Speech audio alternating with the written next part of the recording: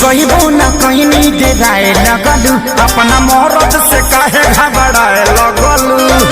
ए जा बोला ना, कुछ कहबो न कहीं नहीं डेराए लगलू, अपना मोहरत से काहे घबराए लगलू। बेलू दिया उताई काहे पगलू अनहरिया। सुनो बहुत उठे दादा कोमल के भितरिया भितरिया, बहुत उठे दादा कोमल के भितरिया।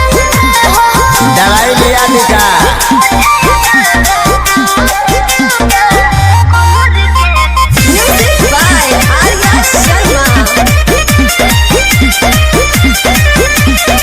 अब नहीं पिया कब तोरा बात में दिल सिखाए तू तो पहले ही रात में।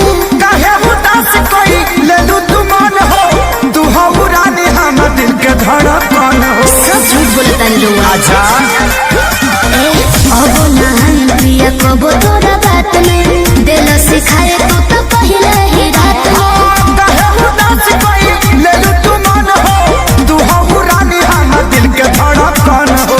लागलू खूबसूरत सरिया, चललू जब करिया। बहुत उठे दादा कोमल के भितरिया भितरिया, बहुत उठे दादा कोमल के भितरिया।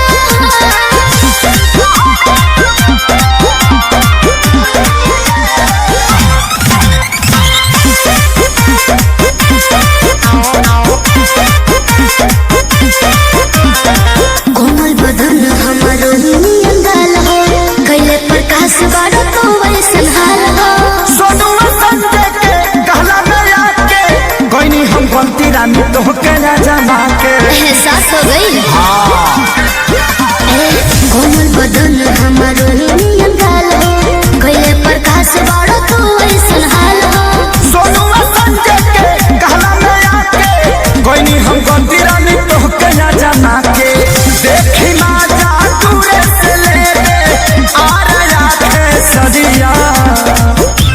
सुना बोला बहुत उठे दादा कोमल के भितरिया भितरिया, बहुत उठे दादा कोमल के भितरिया। चोर धैले बकारे।